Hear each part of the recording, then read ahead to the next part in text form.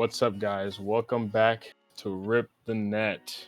Got a little special episode for you guys this week. A little bit of scheduling issues, but we got to bring you the content. No matter what, we got to bring you the content. And guess what? Guess what? Guess what? I'm just kidding. But you know that speed meme? No, that's crazy. Nah. I guess I'm the chronically online one. What is he doing?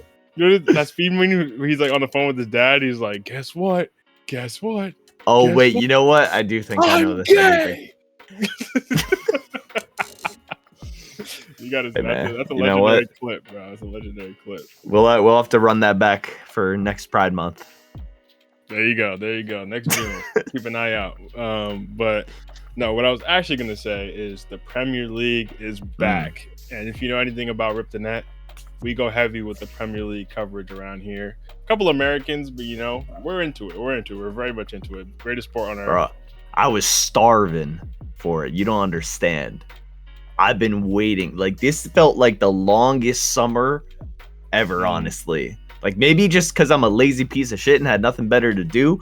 But, bro, I was waiting for these games. And they have not disappointed this first weekend. Yes, sir. I'm right there with you. We were covering the transfers a bit over the summer, and keep an eye out. In the next few weeks, we will be doing a full transfer window winners and losers episode, and we will also be doing our full Premier League predictions. Maybe not 1 to 20, but we'll do top 6, and maybe relegation and see where all the big 6 teams are going to be. But keep an eye out for that. But yes, as of right now, we're going to go over. We're recording this on the Sunday, so we haven't seen the Everton Leeds game that's going to be happening on Monday, but who cares? But the rest of the games have occurred, so we're going to dive into those, some of the big ones. And we're going to start with the first game of the Premier League season that happened on Friday. Liverpool versus Bournemouth started it out. That game, I know a lot of people were very much anticipating Liverpool champions, one of the greatest summer transfer windows we've seen in a long time. How are they going to look coming off of this summer, basically stacking on to their already stacked team? And not going to lie, it's a bit mixed. I won't lie. Bournemouth, I think people were a little too harsh on Bournemouth coming into the game thinking Liverpool is going to smack them up. And you would think maybe on paper, but, at the end of the day, the game isn't played on paper. You have to actually go out there and play the game. Bournemouth is a good team. They've always been a good team. Always been, in the last few years, I'd just say, been a very solid mid-table team. And even though they lost Kirkez to Liverpool, funnily enough, and Dean Huijsen went to Madrid, and Zabarni, I think, is going to PSG. Still, they still have a lot of great players, and they're just a well-coached team, and they always know how to replace those players that they lose. They do good in recruitment, so shout out to Bournemouth. Hell of a game. It was actually really entertaining from a neutral perspective. There is some things we have to talk about with this game in terms of, starting off with the tribute to Diogo Jota, rest in peace. We talked about that over the summer as well. But first official game since that happened, and it was a good salute to him at the start of the game. But then, on the other hand, we got the racism that happened during the game. I don't know if you caught this, Alexi, but Antoine Semenyo, a player on Bournemouth, was like near the sideline for a throw-in, and some Liverpool fan in a wheelchair were just like berating him with racist comments right by the sideline. He did end up getting kicked out of the venue by like the Merseyside police or whatever. But yeah, it just put a sour note on the whole thing. But the cool thing is, after that, in the second half, Semenyo came out and scored a brace. So shout out to him. That's resilience right there. I got to give him his respect for that. But what do you think? That's resilience. And that also just further proves, Liverpool got some of the worst fans, man. There's a reason that team is the way it is, man. But in all seriousness, that is awful. I do think I read something about it, but I didn't see the clip. I honestly did not catch that game, but from everything you're saying, it certainly seems like one I'm going to need to check the highlights for. I think you should. I think especially because we want to see how these new players fit in together. They got a TK in there? Ekitike, he played well. He Ekitike. scored his debut goal. So shout out to him.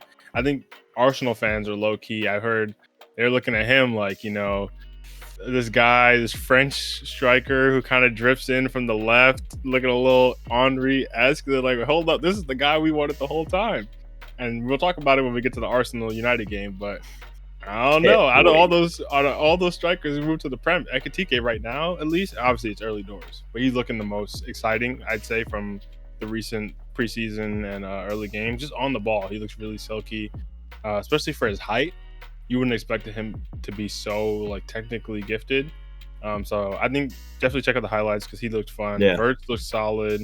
Salah had a stinker. I'm not gonna lie for most of the game, but then he ended up scoring toward the end. Like he wasn't looking, for me anyway. He didn't look that exciting. Mm-hmm. But at the end of the day, Salah.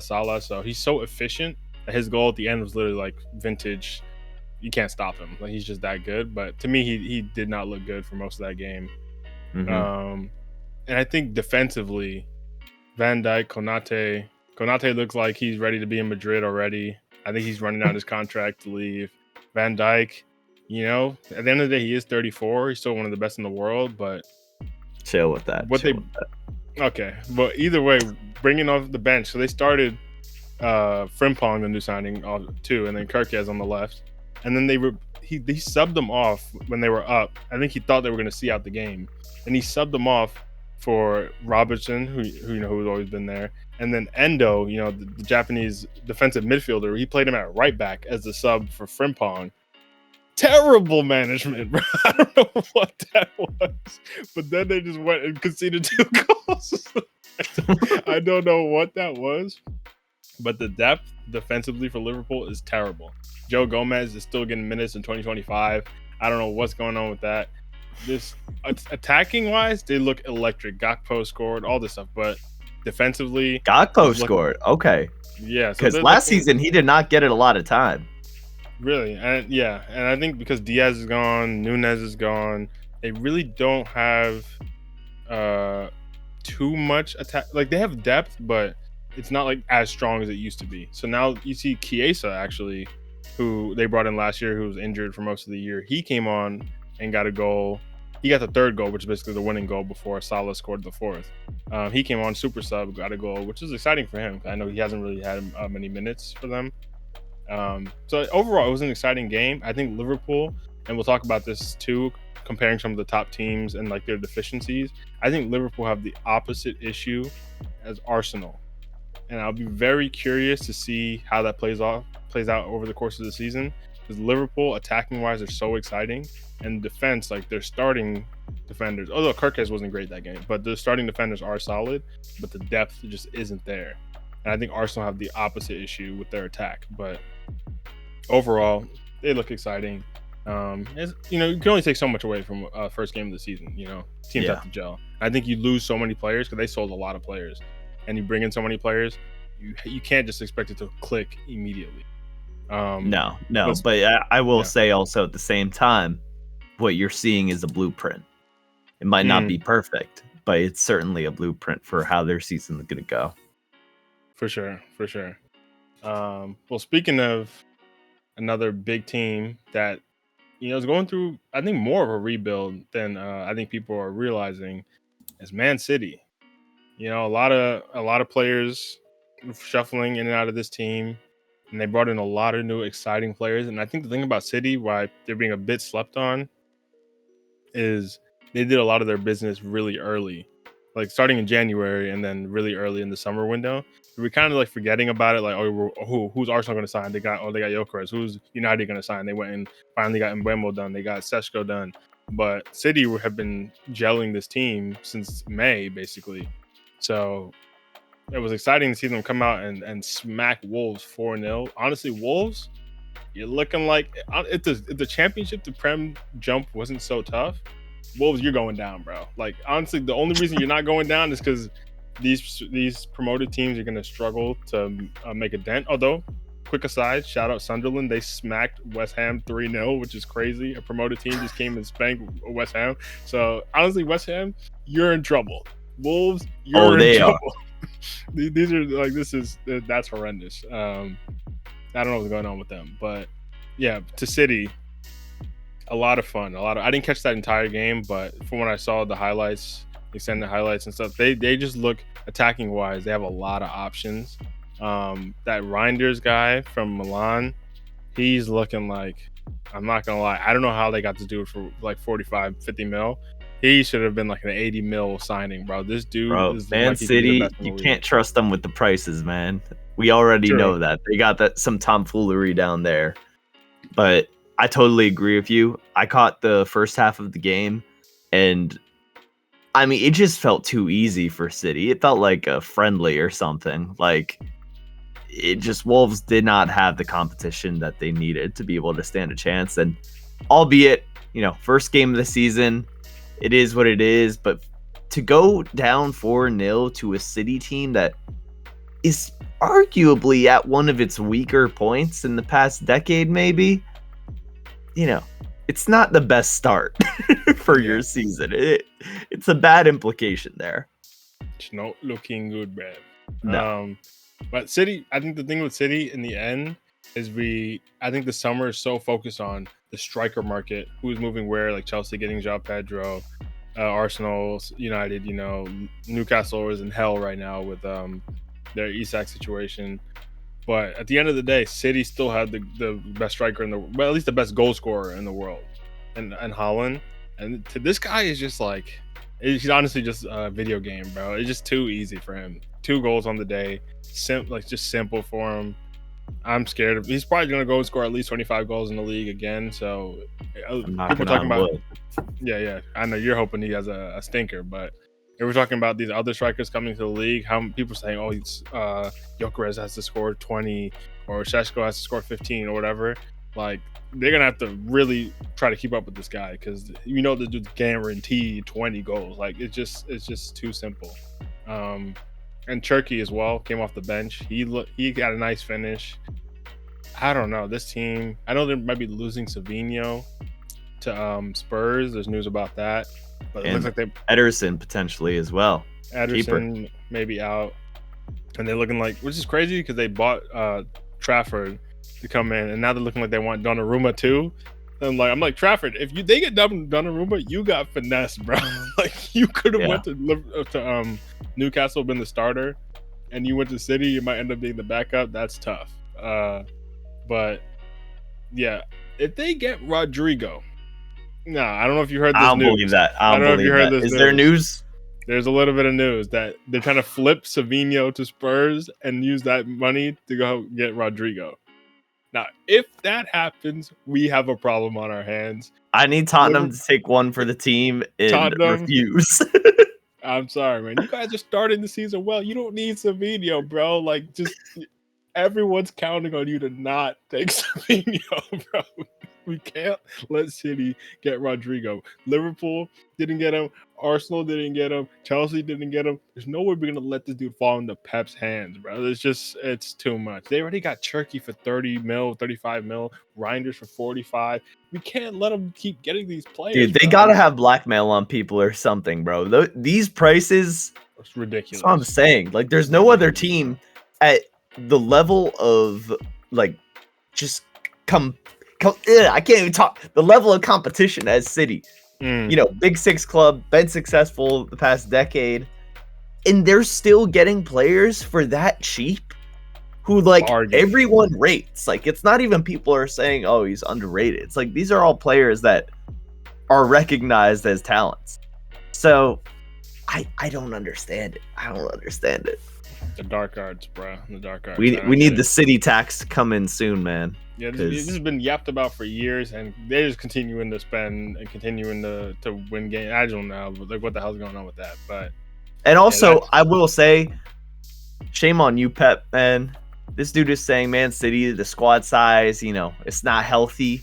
Bro, you were given the unlimited money glitch to build the squad you wanted. You can't be talking about the size of your squad being unhealthy. Which, speaking of which, there was Grealish, who is gone now, which is crazy. Like, when you think about the amount of hype, I mean, he was part of the team that I think won the treble. So it's like, he had a role in that team too, to be fair. Like, he did. Was playing good minutes. and to just be thrown out kind of swiftly out of the team, I think. 100 mil signing. Gone 100 like mil that, signing. bro. Look, I mean, man, we know about that. We We know a about few, that too. I can't we tell. know about a few things like that. But all I'm saying is for Pep to go out publicly and say, hey, the squad side not healthy, that rubs me the wrong way. I don't like that. Yeah, shout out This Grealish, is your man. making. Shout out Grealish, man. Keep drinking your beer and doing your British stuff. I don't know. Yeah, he's the most. When I think of British dudes, Grealish is the most British dude I could think of all these players. But Everton looks like they're gonna be fun, so I will keep an eye out for the game tomorrow. But speaking of the dark arts, City doing the financial dark arts. Let's talk about the set piece dark arts that Arsenal employ with their with their free kick or set piece coach Nicholas Jove or whatever, who's always getting these little cameos on the sideline because this dude's supposedly a genius. Arsenal United, the big game on the day of recording. We'll talk about a few of the other matches. We're going out of not in order, but this is one of the bigger games of the weekend. Super Sunday. Arsenal United 1-0 to Arsenal. And, I have some thoughts on this game, but I'll let you, this is your team that ended up taking the L here. So what did you think about this game and the performance? I will say this. As a United fan, I've been disappointed time and time again. You get excited.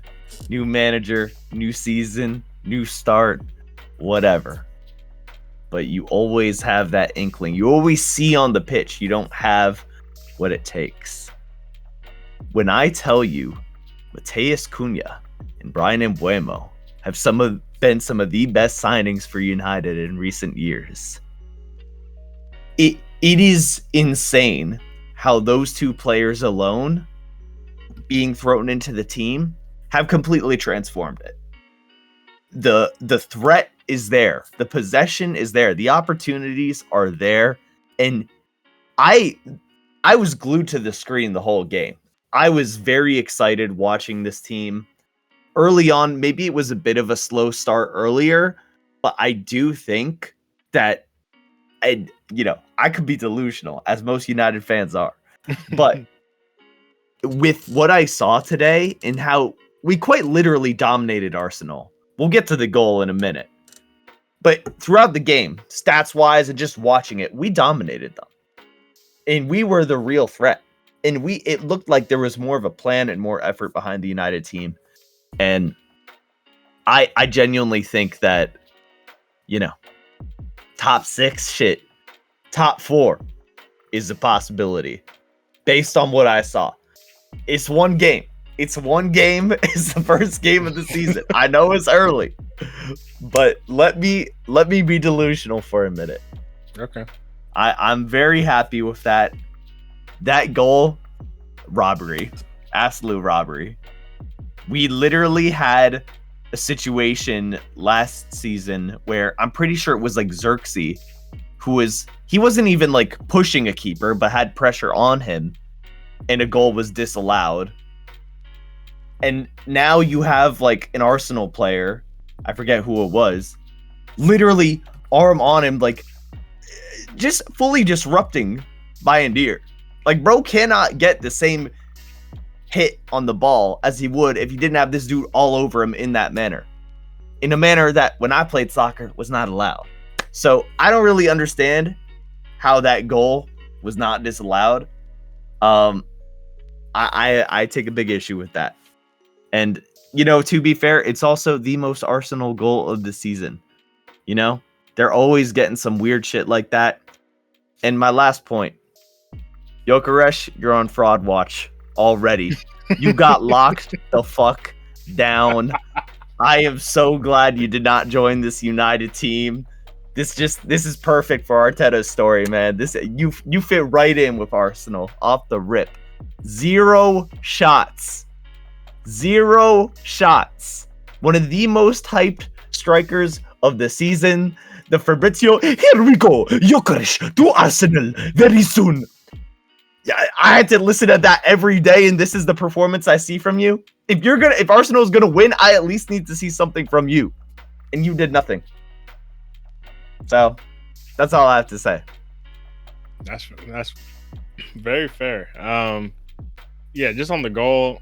Yeah, like you said, that's the most Arsenal goal I've ever seen. They're just dark art merchants, bro. They just pull some cheese every set piece, and it's always within this window of uncertainty where the refs can't fully make a call on it. Like it's not enough to reverse it, and it's just honestly fair play to them. They're a very physical team. That's how they've been built. But honestly, you think more teams would implement something like it because it's been very effective. Amram said he would after the game. He was like, "Well, now we know this is allowed.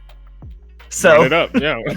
Run it up. Why not, bro? This is working for them. They've won many games on these cheese set pieces, especially because they can't score from open play, bro. Their attack is cheeks. Let's just call it what it is, bro.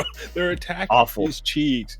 Saka, I know you're one of the best wingers in the league. Why are we saying that? Cheeks, bro. Why are we saying that? Is he one of the best wingers in the league? He's had stretches, but I ain't gonna lie, bro. You were cheeks. Like, let's call it what it is. You were cheeks on the left. Martinelli, even Madueke coming in. That's the big move to shore up your attack over the summer. You needed Rodrigo. You still need Eze.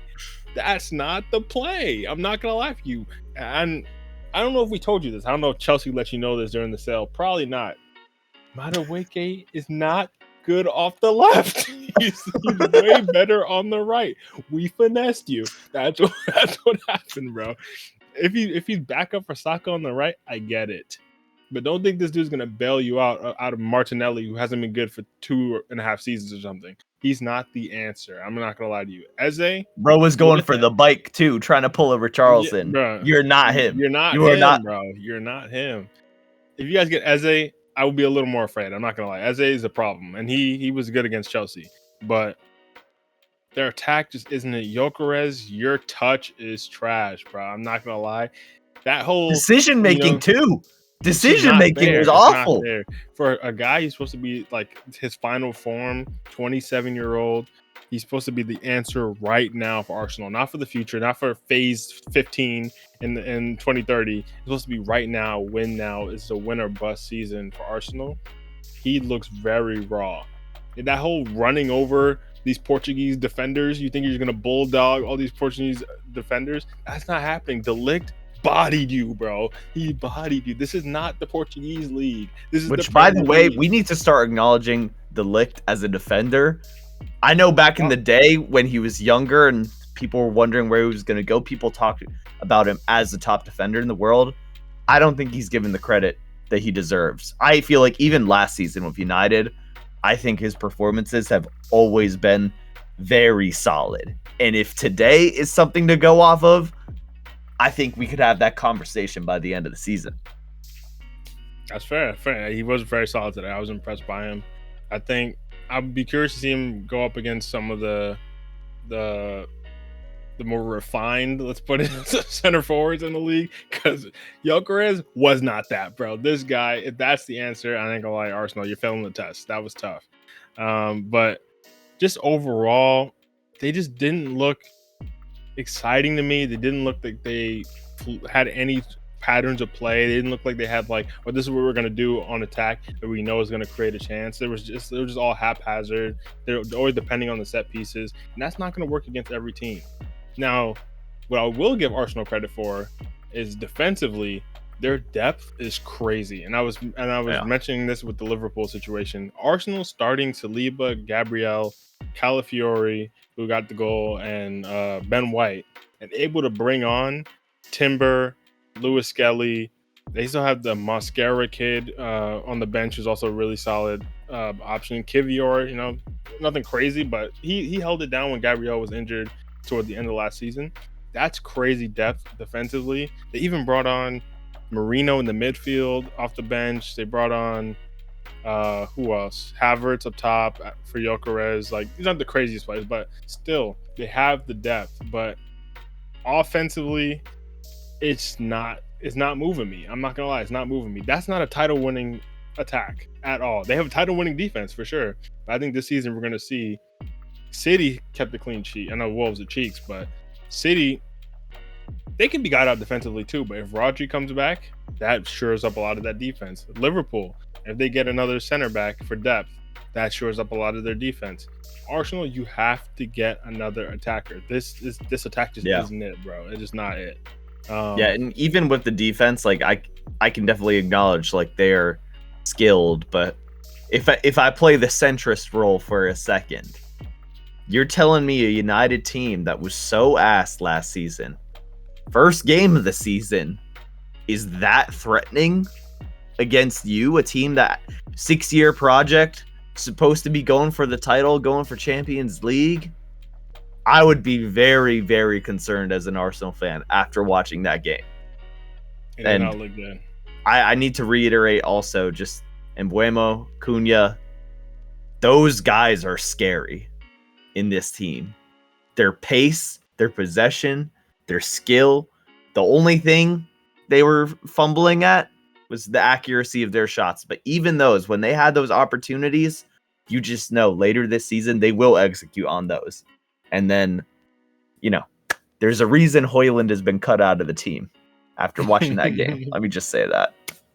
Yeah, and I got to give credit to David Raya for Arsenal. He put on a performance.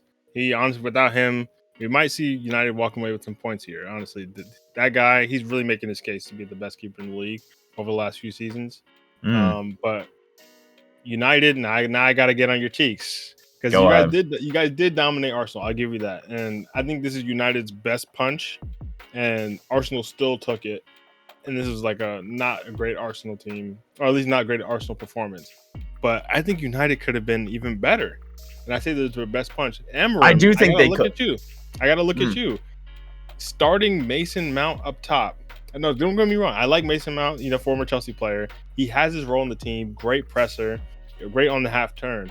But when you have Šeško on the bench, and Šeško, I know you got to integrate him into the team, but you got to think who you're playing with who at what time. If Mount's starting up top and you're starting with Dalot on the right, then you're going to bring on later in the game, you're going to bring on Ahmad with Šeško. The combinations aren't what you're looking for. Šeško, you need more crossing for him. Ahmad is a drive into the box merchant. This dude's he doesn't cross enough. Dalot, on the other hand, I think Amorim went into the game a little scared, thinking, okay, let's play a little more defensive with Dalot instead of Ahmad.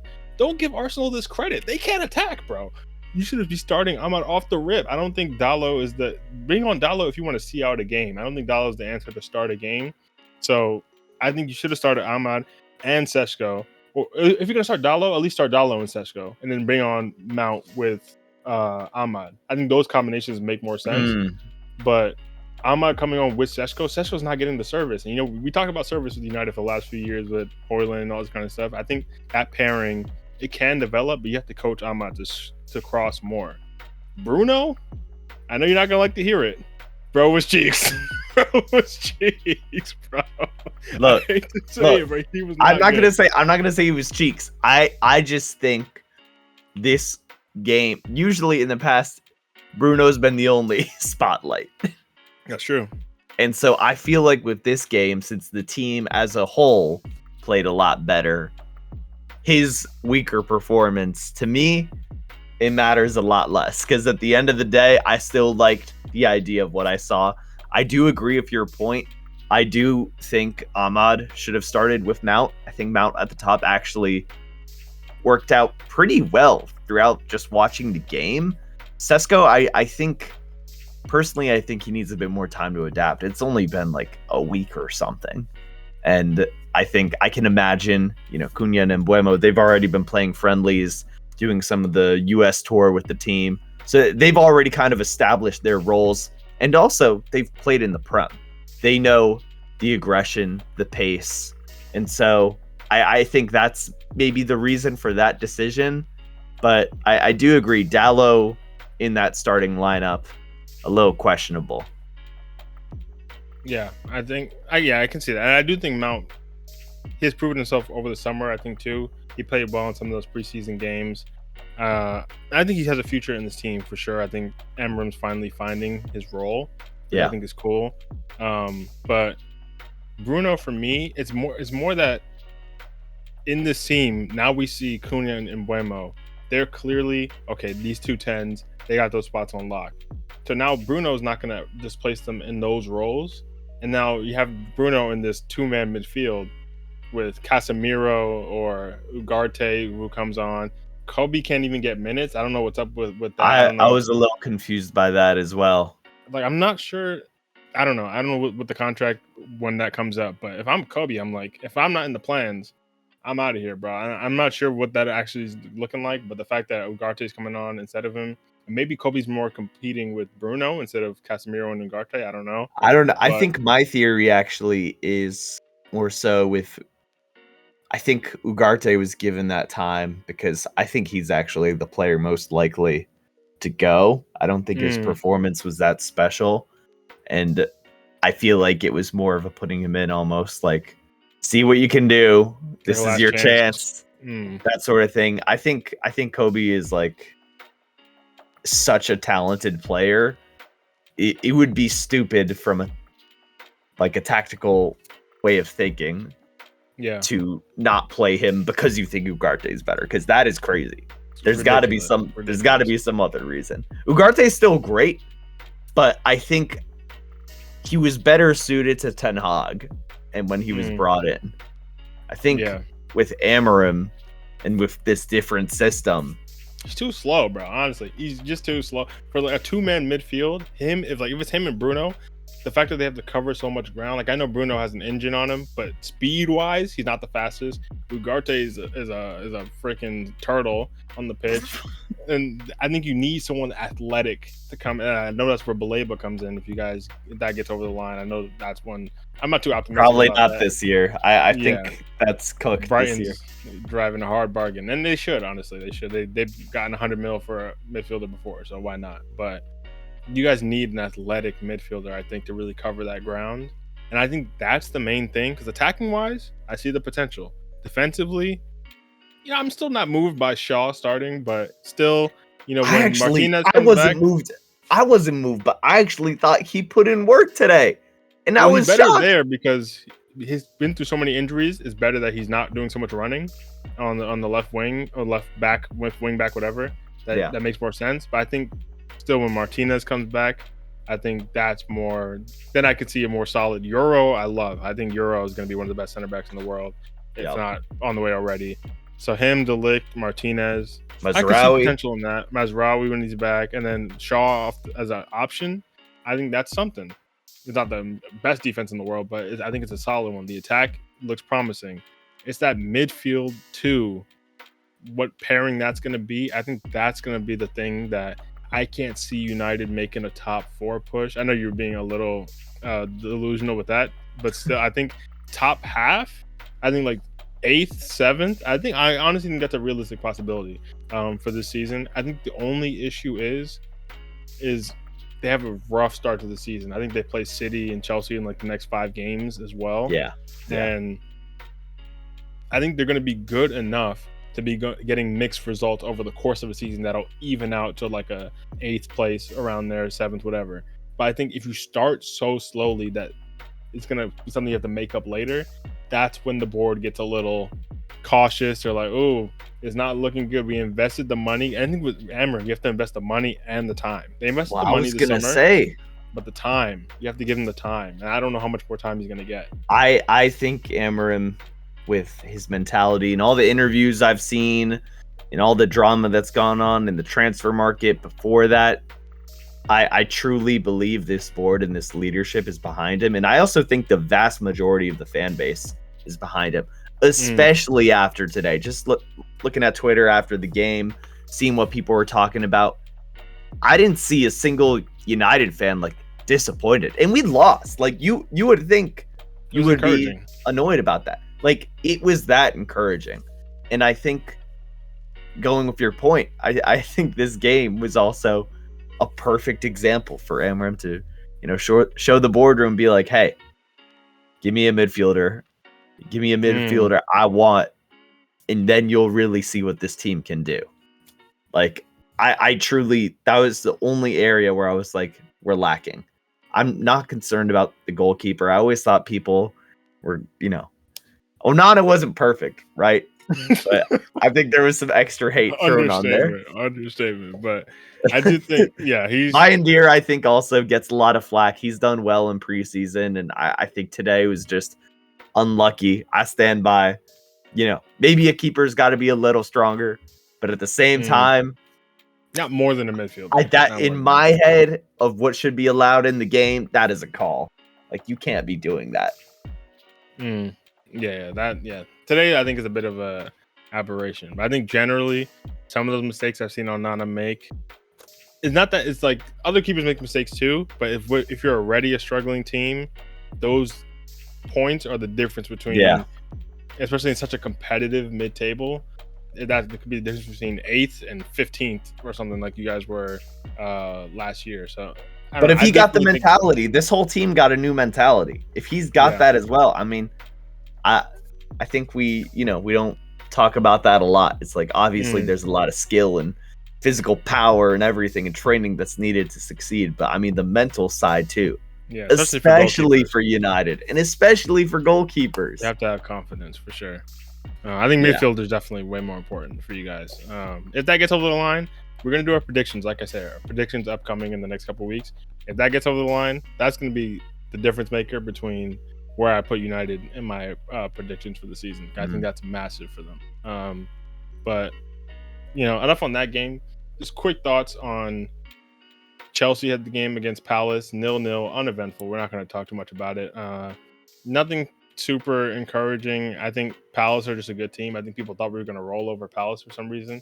I know we went and got this new attack, whatever, but Palace has been solid. They just beat Liverpool and the what's it called, the Charity Shield.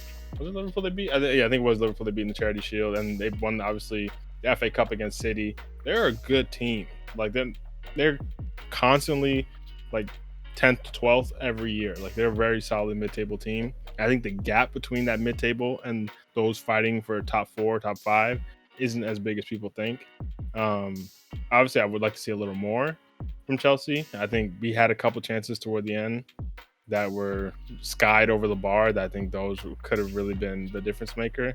But I'm excited. I'm excited for our future this season. I don't think we're going to win the league or anything, but I think we'll be in those conversations. But I got a question for you, because Mr. Palmer, man, the Iceman himself, he has not scored in open play in the Prem since January. Is that concerning? For me, no. I think if this was the Chelsea team of the Poch days, or even early last season, where it's Palmer or bust, and he has to carry us, then I'd be like, okay, Palmer's not scoring. That's our only scoring outlet. We're screwed.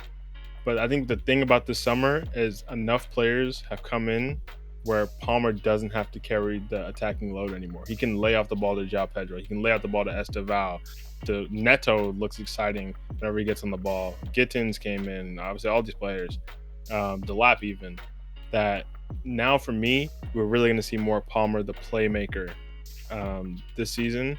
And I think he's still going to get goals, whatever. He's still going to be our penalty taker and all that. But I think Palmer had to become this second striker role, because when he came into our team, we were cheeks on the attack. Like, we were so bad. And especially those early Jackson days, like, he misses a lot of chances. Palmer was just like, okay, I'm just going to do it myself. I think now there's like this compilation, like this crazy long compilation. I forget the actual length of Palmer chances that he put on a platter last season that were not finished. Like, this dude could have had so many assists. I think this year with the guys around him now, we're going to see more of an assist total than a goal scoring total. I think I wouldn't be surprised if it's like double digit for both, but not like goals over 20 like it was his first season. So the fact that he's not scoring from open play, to me, isn't the scariest thing ever, because I know he can still do it. I saw that against PSG, so I know it's still in his locker, but we're not dependent on it in the same way. Obviously, I still like him too, but to me, I'm not as worried as I would have been a couple years ago. But overall, I'm excited. I think if we get this Xavi Simons, I saw today, Fabrizio saying he still only wants Chelsea, even though City want him, Bayern want him. but he only wants Chelsea. And I think we're trying to do some kind of swap deal with Nkunku. That'd be music to my ears, bro. Give me that guy right now. Before we get Garnacho, I think Garnacho should be deadline day. If we finish all our other business and we have the leftover money, okay, bring him in. Why not? But I think we should not be spending money on Garnacho when we haven't gotten the Simmons deal over the line. That doesn't make sense. I agree, man. You don't want him, bro. Let us hold him hostage. Bro deserves it. You guys got your own lovers' quarrels going on there. But Spurs, real quick, last thing before we hop out of here. Spurs, they looked exciting. I'm not gonna lie. In the not community shield, in the Super Cup, European Super Cup, they lost to Spurs. They lost to PSG, but they looked good in that game. And now against Burnley, they got robbed, low key. They end like that. They bottled it. I'm not gonna lie, but they look that, especially Kudus and Richarlison. They have built a crazy partnership already, which is crazy because obviously Kudus just came in. Richarlison wasn't even technically their starting striker last year. It was Solanke. So the fact that these two have built such a good link up already, and they connected again for multiple instances on Saturday. Spurs, United, you talk about the top 4, top 6 push. I think Spurs are really in that conversation too, especially with their manager. He just has proven himself to be really solid overall, and I don't know. I'm actually worried about them this year. They look really interesting. If they get Savinho, they're looking at Eze too. First of all, if they get Eze instead of Arsenal, that's crazy. That's just crazy business. Arsenal, you're terrible. But if they get either of them, Spurs are scary. I'm not gonna lie, they're looking a little scary. But I don't know if you had any thoughts on that, or if you want to hop up out of here. Nah, to be honest, I only caught like the clips of the goals, especially with Charleston. What a way to start! What a way to start the season! Absolute banger.